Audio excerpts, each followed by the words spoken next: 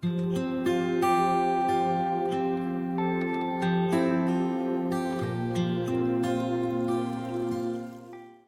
우리 말씀 보시겠습니다. 오늘 은혜 받으실 기록된 하나님의 말씀은 우리 사무엘하 22장 36절에서 51절까지 보겠습니다. 사무엘하 22장 36절에서 51절까지입니다. 제일 끝절까지죠. 저하고 여러분이 한 절씩 교독하겠습니다. 제가 먼저 36절 봉독하겠습니다. 주께서 또 주의 구원의 방패를 내게 주시며 주의 온유함이 나를 크게 하셨나이다. 내 걸음을 넓게 하셨고 내 발이 미끄러지지 아니하게 하셨나이다. 내가 내 원수를 뒤쫓아 멸하였사오며 그들을 무찌르기 전에는 돌이키지 아니하였나이다. 내가 그들을 무찔러 전멸시켰더니 그들이 내 발 아래에 엎드러지고 능히 일어나지 못하였나이다. 이는 주께서 내게 전쟁하게 하려고 능력으로 내게 띠띠우사 일어나 나를 치는 자를 내게 굴복하게 하셨사오며 주께서 또 내 원수들이 등을 내게로 향하게 하시고 내게 나를 미워하는 자를 끊어버리게 하셨음이니이다. 그들이 도움을 구해도 구원할 자가 없었고 여호와께 부르짖어도 대답하지 아니하셨나이다. 내가 그들을 땅에 티끌같이 부스러뜨리고 거리에 진흙같이 밟아 헤쳤나이다. 주께서 또 나를 내 백성의 다툼에서 건지시고 나를 보전하사 모든 민족의 으뜸으로 삼으셨으니 내가 알지 못하는 백성이 나를 섬기리이다.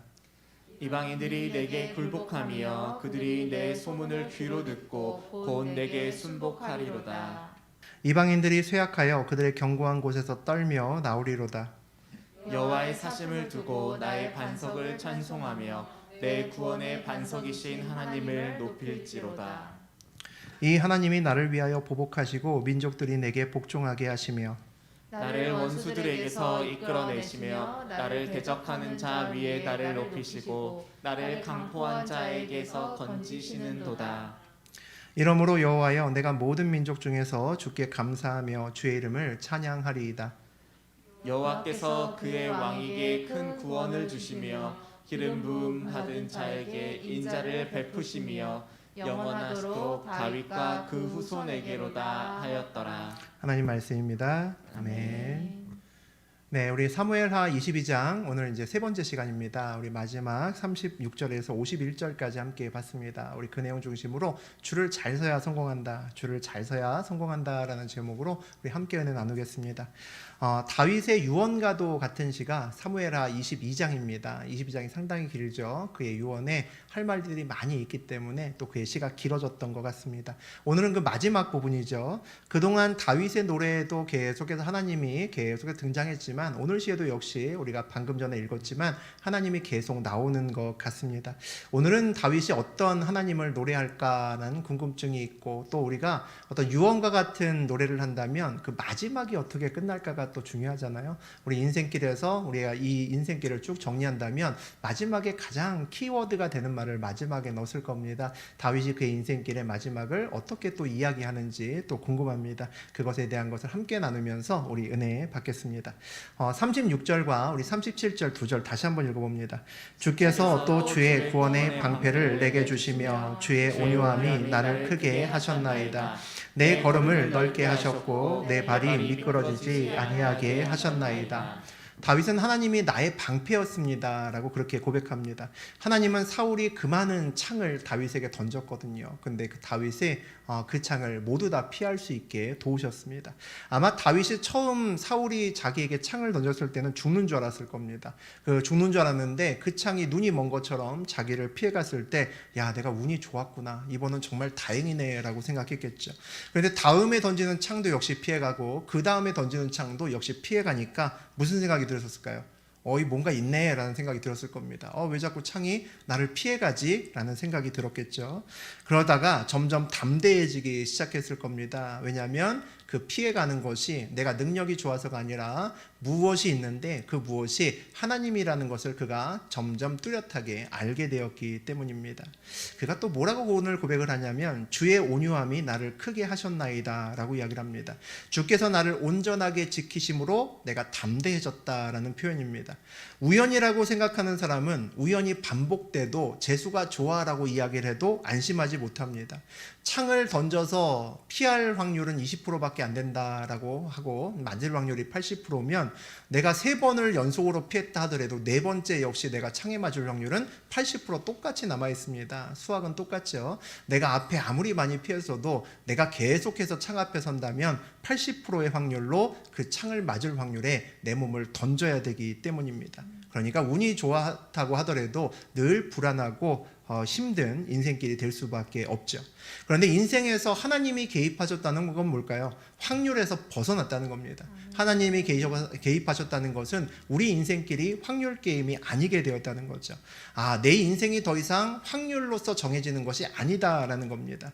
야, 그 사업하면 95%는 망해야 하지 마라고 하는 것도 이제 내 앞에는 별로 의미가 없는 말이 되었습니다. 하나님이 개입하시는 순간 확률이 없어지기 때문에 내 앞에 하나님이 어디 계신가가 중요하고 오늘 이 순간 나에게 무슨 말씀을 하시는가가 중요하죠. 우리는 압니다. 하나님이 말씀으로 세상을 창조하셨다라는 것으로 성경을 시작하는 것을 우리가 알죠. 이것이 우리가 예배드리고 기도하는 이유입니다. 내가 살아갈 때 어디로 가야 되는지 세상 사람들과 이야기하고 확률로 정하는 것이 아니라 하나님의 뜻이 어디 있는지 붙들고자 하는 이유가 여기에 있는 거죠. 오늘 또 뭐라고 얘기를 하냐면 내 걸음을 넓게 하셨고 내 발이 미끄러지지 아니하게 하셨나이다 라고 되어 있습니다.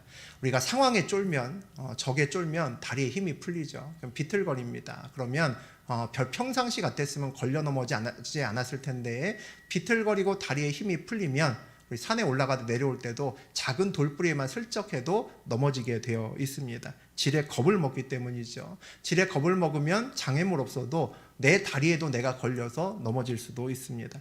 그렇지만 담대하면 발걸음에 힘이 생기죠. 그리고 어려워도 침착해집니다. 미끄러지지 않죠. 그리스도인의 이 담대함은 마인드 컨트롤이 아닙니다. 야, 호랑이 굴에 끌려가도 정신만 차리면 산다 이런 내용이 아니라는 거죠. 정신 차린다고 호랑이가 우리를 살려주겠습니까? 그런 확률에 인생을 걸 수는 없는 거죠. 물론 이왕이면 정신 차리고 있는 게 도움이 되겠지만 주님이 내 걸음을 확실히 걸을 수 있도록 담대하게 하시고 내 발을 미끄러지지 않게 붙드셨기 때문에 우리가 그 손을 믿기 때문에 어려운 순간에도 담대하게 다리에 힘을 빼지 않을 수 있는 겁니다. 그러니까 어떻게 보면 원인과 결과가 좀 바뀌어 있는 거죠. 세상에서는 야, 정신 차려, 힘을 내야 돼, 너 지금 담대해야 될 때야 라고 이야기를 합니다. 그래서 억지로 힘을 내고 억지로 담대하려고 애를 쓰죠. 근데 우리는 그게 아니라는 겁니다. 어려운 순간에도 하나님의 손이 보이고 그 손이 나를 인도하시는 것이 보이기 때문에 그 손을 보고 있으면 담대해지는 겁니다.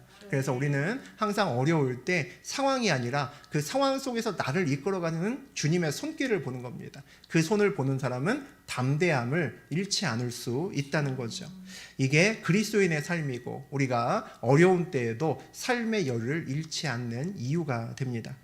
사실 하나님을 진짜 믿으면 하나님이 살아계시고 천국이 진짜 있다라는 것을 믿고 우리가 구원받았음을 믿는다면 세상에서의 삶이 겁나지 않아야 정상입니다.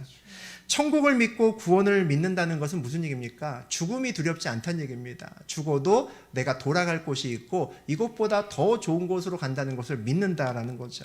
죽음이 두렵지 않으면 당연히 삶이 두렵지 않죠. 세상에 우리가 살아가면서 가장 힘든 문제가 뭡니까? 풀 수 없는 문제가 죽음입니다. 인생의 마지막에 우리는 전부 다 때가 언제일지 모르지만 죽음을 만나잖아요. 죽음이 두렵지 않다는 것은 세상에서 우리가 만나는 모든 문제 중에서 가장 힘들고 어려운 문제를 내가 이미 이 순간에 풀었다는 겁니다. 내가 구원받았다는 건 가장 어려운 문제를 풀었다는 거죠. 우리가 시험 볼 때도 어려운 시험 볼 때도 그 많은 문제 중에서 모두 다 틀리는 가장 어려운 문제를 내가 쉽게 풀고 나면 마음의 안정이 찾아옵니다. 왜 그렇죠? 남아있는 문제는 이 문제보다 다 쉽거든요.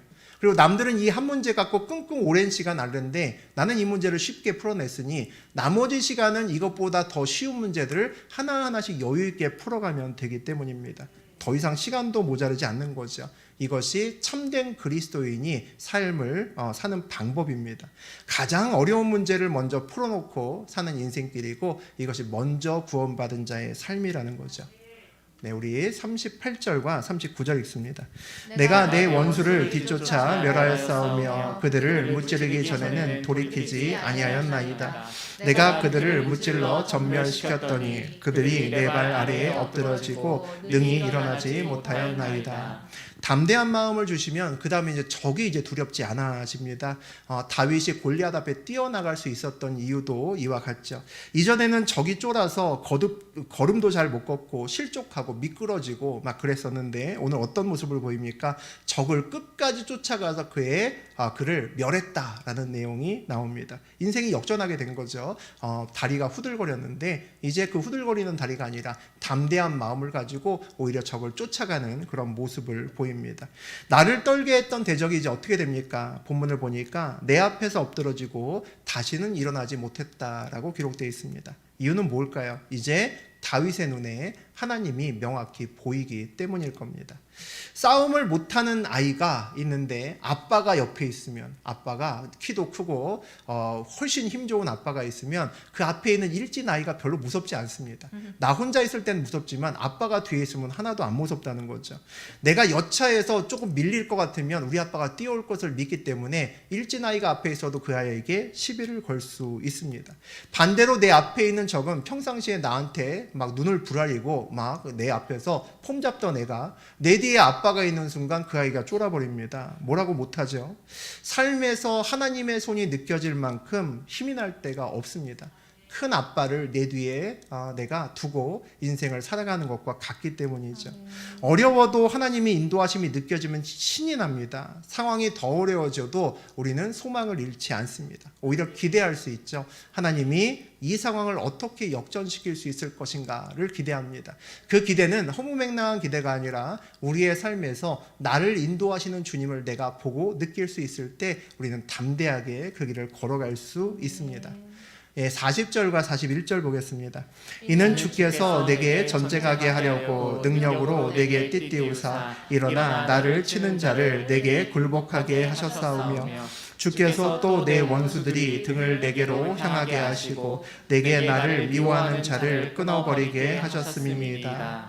다윗이 그렇게 적들에게 승리하는 이유는 하나님께서 다윗에게 힘 주시고 능력 주시고 용기 주시고 또 적들은 굴복하게 하시고 다윗 앞에서 도망가게 하셨기 때문이다라고 되어 있습니다.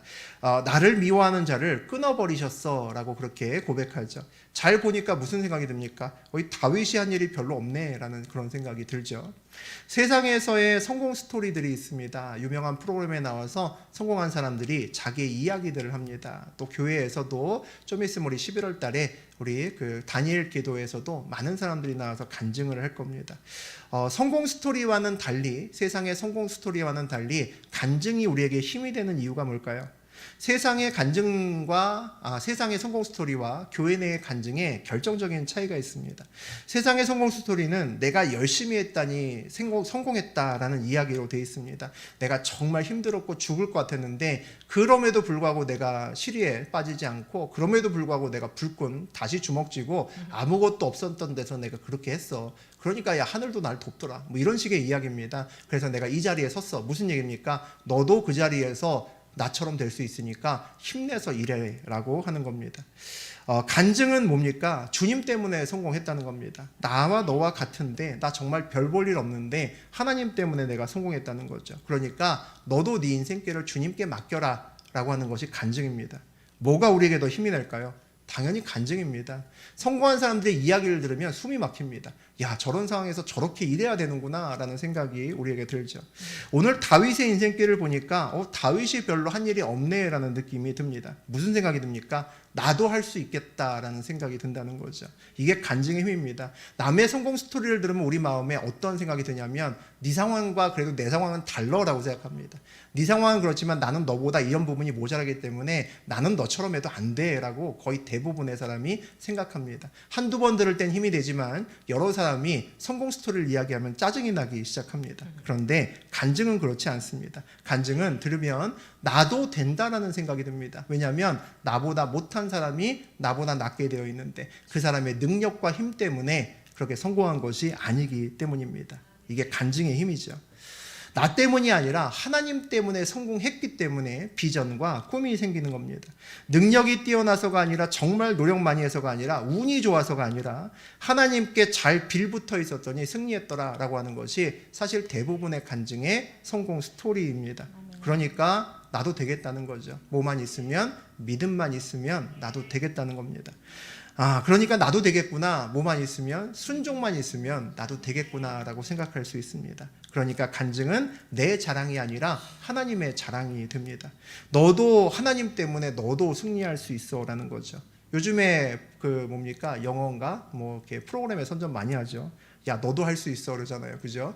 그게 나보다 못해 보이는 사람이 영어를 잘하니까 내가 힘을 받는 거죠. 간증도 똑같습니다. 나보다 못해 보이는 사람이 하나님 때문에 내가 성공할 수 있다라는 것을 보여주죠. 그 길을 걸어가는 데 필요한 단 한 가지는 믿음입니다. 온전한 신뢰죠. 42절과 43절 보겠습니다. 그들이 도움을 구해도 구원할 자가 없었고 여호와께 부르짖어도 대답하지 아니하셨나이다. 내가 그들을 땅에 티끌같이 부스러뜨리고 거리에 진흙같이 밟아 헤쳤나이다. 대적들은 도움을 구해도 아무도 없고 하나님께 부르짖어도 응답이 없다라고 그렇게 이야기를 합니다. 당연한 일이죠. 도움을 구할 때는 어떤 때입니까? 우리가 힘들 때입니다. 힘들 때 보통 나 좀 도와줘 그러고 평상시 때에 잘 지냈던 사람들에게 손을 벌리죠. 내가 잘 되고 있을 때는 사람이 많습니다. 뭐 좀 도와달라 그러면 서로 도와준다고 내 주변에 오게끔 되어 있습니다. 그런데 내가 어려울 때는 이상하게 하나둘씩 사라집니다. 꼭 우리 오락실에서 두더지 잡기 놀이 하는 거 아시죠? 망치로 두더지 머리 때리려고 쳐다보면 사라집니다. 내가 누구한테 좀 도움 좀 받을까 해서 쳐다보면 그 사람이 어느새 그 자리에 없습니다. 보통 그렇죠. 그래서 도움을 부탁하면 보통 어떻게 합니까? 야, 나도 힘들어, 야. 보통 그렇게 이야기를 합니다. 마음이 많이 힘들죠. 세상은 믿을 대상이 아닙니다. 또 하나님과 그동안 또 별다른 관계를 쌓지도 않았습니다. 그러니까 맘대로 살았으니까 불러봐야 역시 대답이 없다라고 되어 있죠. 근데 다윗은 그렇지 않았습니다. 도움을 구하면 하나님이 달려오시고 하나님께 부르짖으면 늘 하나님께서 내 삶에서 응답하셨다라고 이야기를 합니다.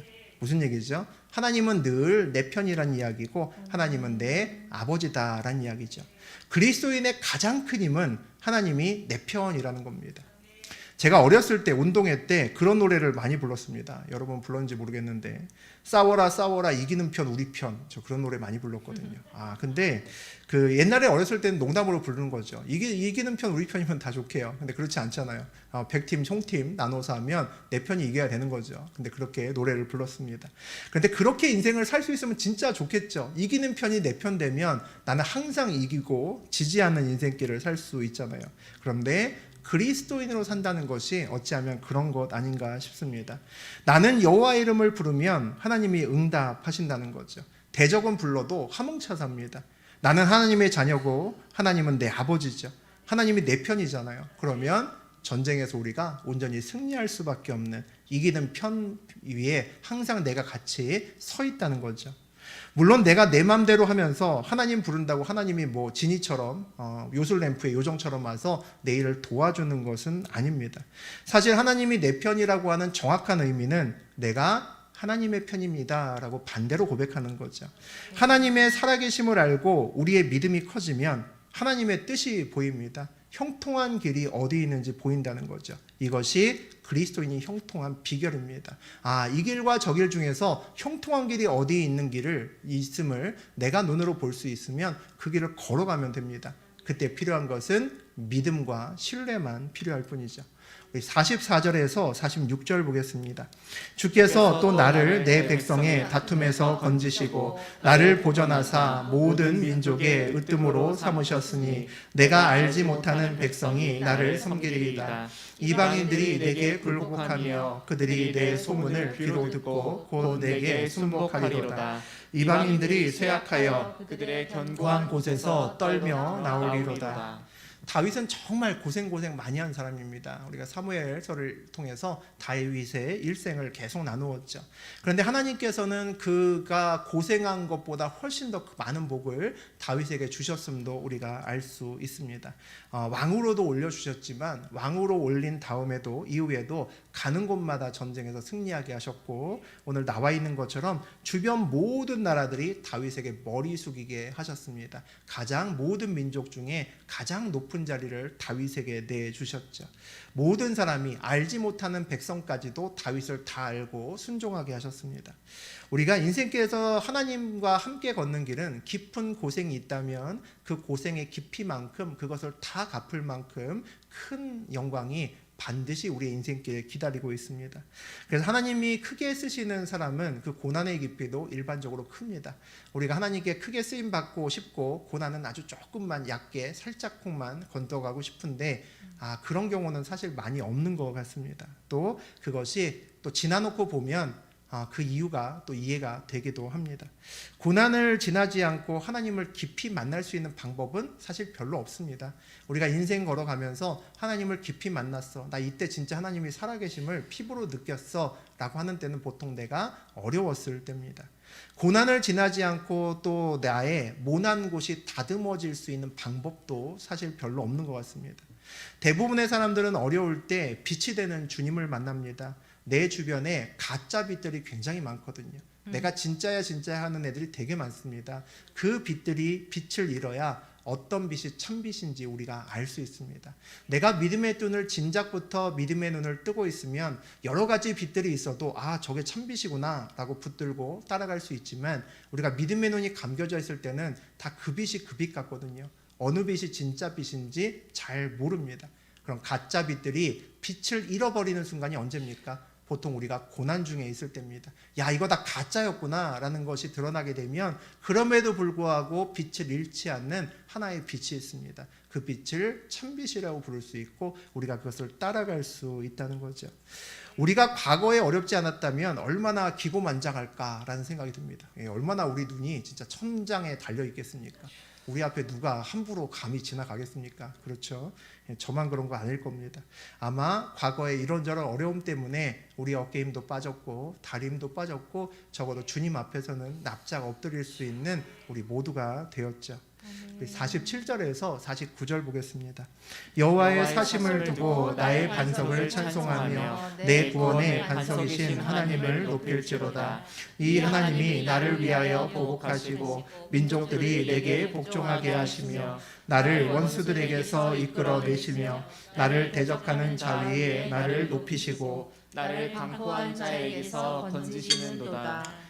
다윗이 인생의 마지막 쯤에서 부르는 노래에서 하나님을 찬양합니다. 하나님은 살아계시고 나의 반석이시고 나의 구원이셨습니다 라고 그렇게 찬송하죠.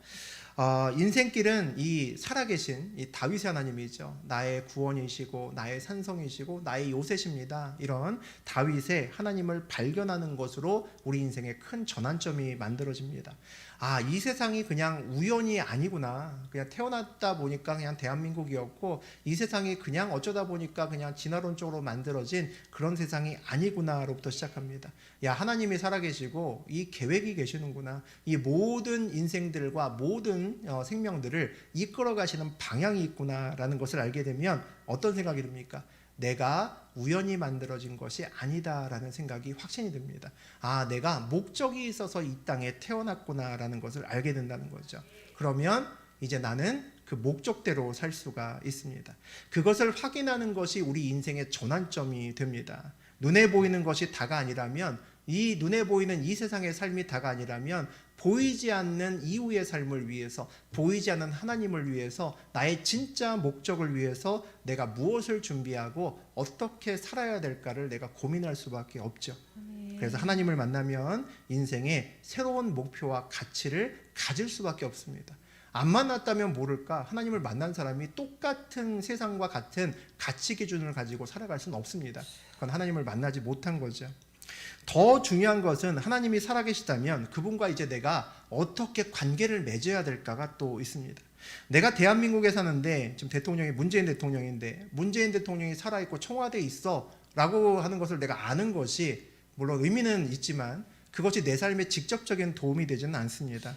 그냥 TV에서 가끔 문재인 대통령 보고 어디 연설할 때, 광화문에 연설할 때 멀리서 군중 속에 섞여서 저 대통령 참 말 잘하네 이러고 있는다고 해서 내 인생에 큰 변화가 없다는 거죠. 힘이 되려면 대통령의 전번호를 따야 되는 거죠. 전화번호를 따야 됩니다. 그리고 내가 힘들 때 그분한테 전화를 해서 내 힘든 삶도 좀 얘기를 하고 그래야 그분이 뭘 또 도와줄 거 아닙니까? 그래야 대통령이 나에게 힘이 되겠죠. 마찬가지로 그냥 교회에 다니는 것으로, 그냥 예배 드리는 것으로 충분하지 않습니다. 하나님과 개인적인 만남과 관계 형성이 돼야 됩니다. 하나님과 그와 같은 깊은 관계가 되고 하나님의 전화번호를 따야 되는 거죠. 그래야 우리 인생이 하나님 때문에 바뀌었다라는 이야기를 들을 수 있습니다. 어떻게 하면 그런 개인적인 관계 형성을 할 수 있을까? 성경에 여기저기에 많이 나와 있지만 우리 한 두 군데만 보겠습니다. 요한복음 4장 23절 24절 보죠. 하나님께 참되게 예배하는 자들은 영과 진리로 예배할 때가 오나니 곧 이때라. 하나님께서는 자기에게 이렇게 예배하는 자들을 찾으시느니라. 하나님은 영이시니 예배하는 자가 영과 진리로 예배할지니라. 예배하는 자 중에서 영과 진리로 예배하는 자를 하나님이 찾고 계시다라고 말씀하십니다. 예수님이 말씀하신 거죠. 그냥 예배 시간에 앉아 있는 것이 아니라 마음을 다해서 예배드리는 사람이 있습니다. 그 사람 앞에 하나님께서 서 계시다는 겁니다.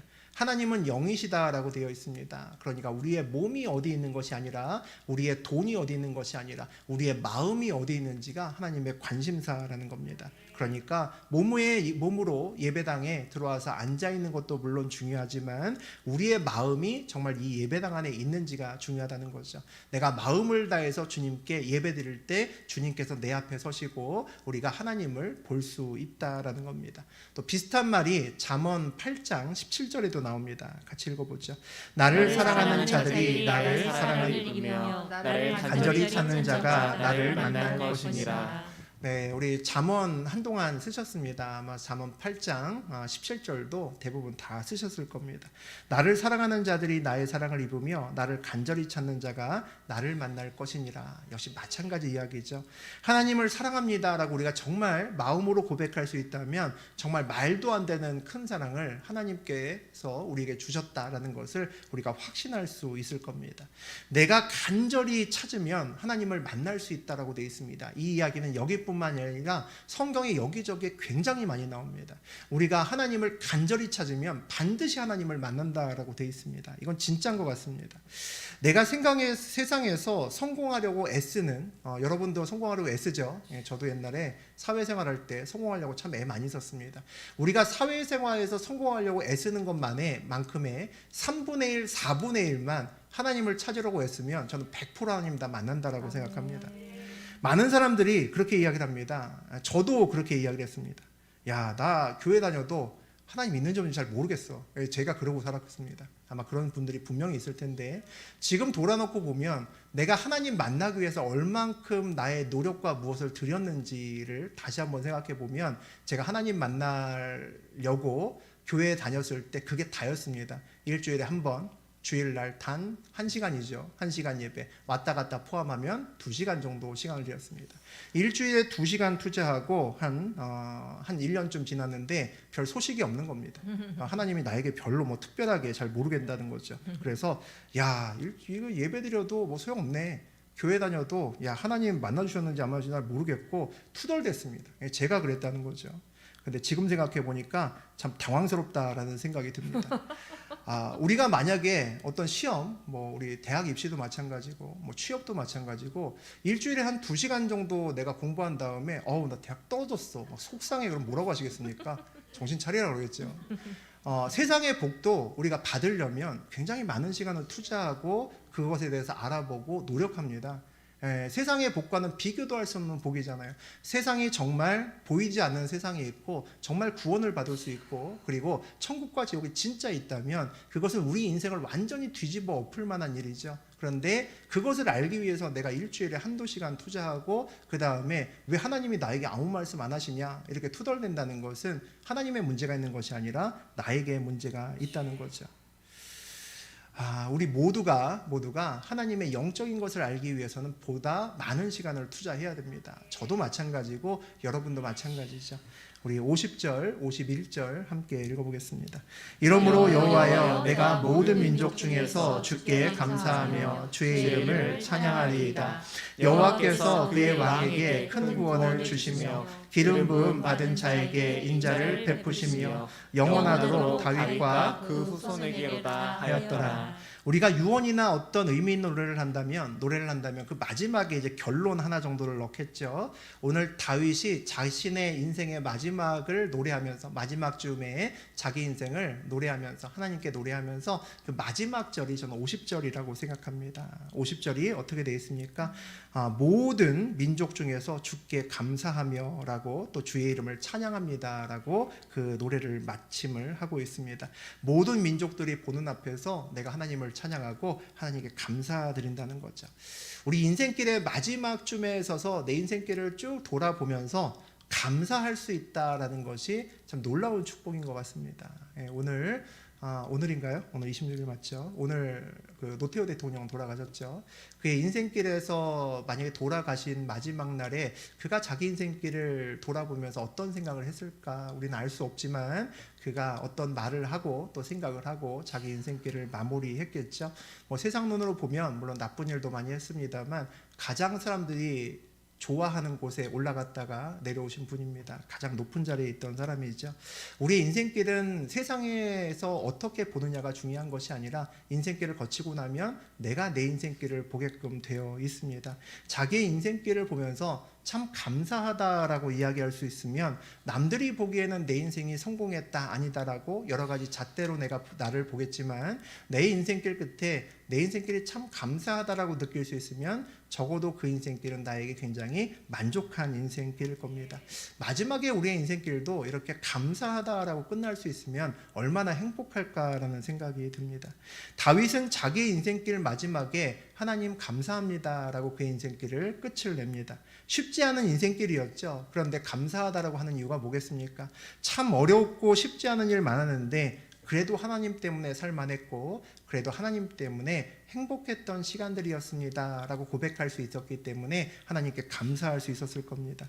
50절이 다윗이 자기의 인생길을 노래한 것의 마지막 평가라면 51절은 다윗에 대한 일반 사람들의 평가라고 볼 수 있습니다. 다윗에 대한 사람들의 평가는 뭡니까? 하나님께서 다윗을 왕으로 삼고 그 다음에 구원도 주셨다라는 평가가 있고요. 다윗을 기름 부어주시고 사랑으로 그를 품어주셨다라는 그런 평가도 있습니다. 다윗을 사랑하셔서 다윗뿐만 아니라 그의 후손들에게도 마찬가지로 복을 주셨다라고 되어 있죠. 다시 말하면 다윗 주변의 사람들이 다윗의 마지막 길에 서 있어 이제 죽음이 얼마 남지 않은 다윗을 봤을 때 다윗의 인생길에서 저 하나님이 보이네라고 이야기를 해 주었다는 겁니다. 다윗을 사랑하시고 인도하시는 하나님이 다윗 앞에 있다라는 것이 세상 사람들의 눈에서도 동일하게 보였다는 거죠. 하나님은 다윗의 하나님이야 라고 다윗도 인정했지만 주변 사람들도 인정해 주었다는 겁니다. 인생의 성공은 이제 줄을 잘 서야 성공한다라는 이야기를 많이 합니다. 의미 있죠. 줄 한 번 잘 서는 것으로 성공하는 사람들이 의외로 굉장히 많고 줄 한 번 잘못 서서 완전히 패가망신하는 사람들도 역시 많습니다. 어떤 줄이 진짜 온전한 동아줄이고 어떤 줄이 썩은 동아줄인 줄 우리는 잘 모릅니다. 우리가 잡는 부분은 다 멀쩡하게 생겼죠. 우리가 보이지 않는 부분에서 썩었느냐 온전하느냐가 결정되기 때문에 그 줄을 잡는 우리는 그 동아줄을 구분하기가 굉장히 어렵습니다. 그래서 고민하죠. 줄을 설 수만 있다면 하나님 백으로 서는 줄이 가장 좋겠죠. 그 줄을 잡을 수만 있으면 그 줄을 잡는 것이 가장 좋을 것입니다. 인생 최고의 줄이 하나님이다라는 것에 우리가 어느 누구도 반문할 자는 없을 겁니다. 아멘. 하나님의 줄에 선다는 것은 하나님이 살아계심을 알고 하나님과 특별한 관계가 되는 사람들이 그 줄에 설 수 있죠. 세상에는 청탁을 넣고 낙하산 인사를 통해서 내가 어느 자리에 앉으면 뉴스에 나옵니다. 유튜버에 타겟이 되죠. 그래서 세상에서 잘못하면 매장당합니다. 그런데 하나님께 청탁을 놓고 하나님이 낙하산 인사를 하시면 세상 누구도 비난하지 않습니다. 사람들이 와서 다 와 그러죠. 그런 자리에 앉을 수 있습니다. 부러움의 대상이 될 뿐이죠. 우리 인생길의 최대의 치트키는 하나님입니다. 우리 인생길에 우리 인생길을 걷더라도 내 인생길을 역전시킬 수 있으신 분도 하나님입니다. 여기 오신 분들이 그냥 교회만 왔다 갔다 하시고 그냥 돌아가시는 분이 아니셨으면 좋겠습니다. 한 분도 빠짐없이 하나님과 특별한 관계를 맺고 가시는 분이셨으면 좋겠습니다. 그냥 몸만 예배드리는 것이 아니라 정말 마음으로 예배드리고 이왕 교회 다니기로 했으면 하나님의 직통 전화번호 하나쯤은 내가 가지고 있는 인생길이 돼야 됩니다. 그래야지 위기의 순간에 여호와 이름을 부를 수 있고 정말 위기의 순간에 나의 히든카드가 있는 인생길을 살아갈 수 있기 때문입니다. 맨날 청와대 청원만 해봐야 별 볼 일 없잖아요. 그거 해서 20만 30만 넘겨봐야 한 줄 답변 나오고 끝나더라고요. 인생을 바꾸지 못합니다. 대통령에게 직접 전화할 수 있어야 인생길이 바뀌는 것처럼 하나님과 직접 관계를 만드시는 저하고 여러분 되시기를 바랍니다. 일이 생길 때마다 하나님과 의논하고 모든 일을 하나님과 풀어나가는 저하고 여러분 되시기를 바랍니다. 우리의 간증함으로 내 주변의 사람들도 힘을 얻는 인생길 되었으면 좋겠습니다. 나처럼 열심히 해봐가 아니라 나처럼 믿음으로 주 앞에 서면 너도 된다라고 많은 사람들에게 소망을 주는 인생길 되셨으면 좋겠습니다. 오늘 다윗의 이 노래가 저하고 여러분의 노래가 되는 것만큼 행복한 일이 있겠습니까? 마지막 날에 우리도 이런저런 어려움도 있고 이런저런 세상의 굴곡도 있었지만 내가 그래도 하나님 때문에 살만했고 하나님 때문에 행복했습니다 라고 고백하는 인생길 되시기를 주의 이름으로 축복합니다. 아멘.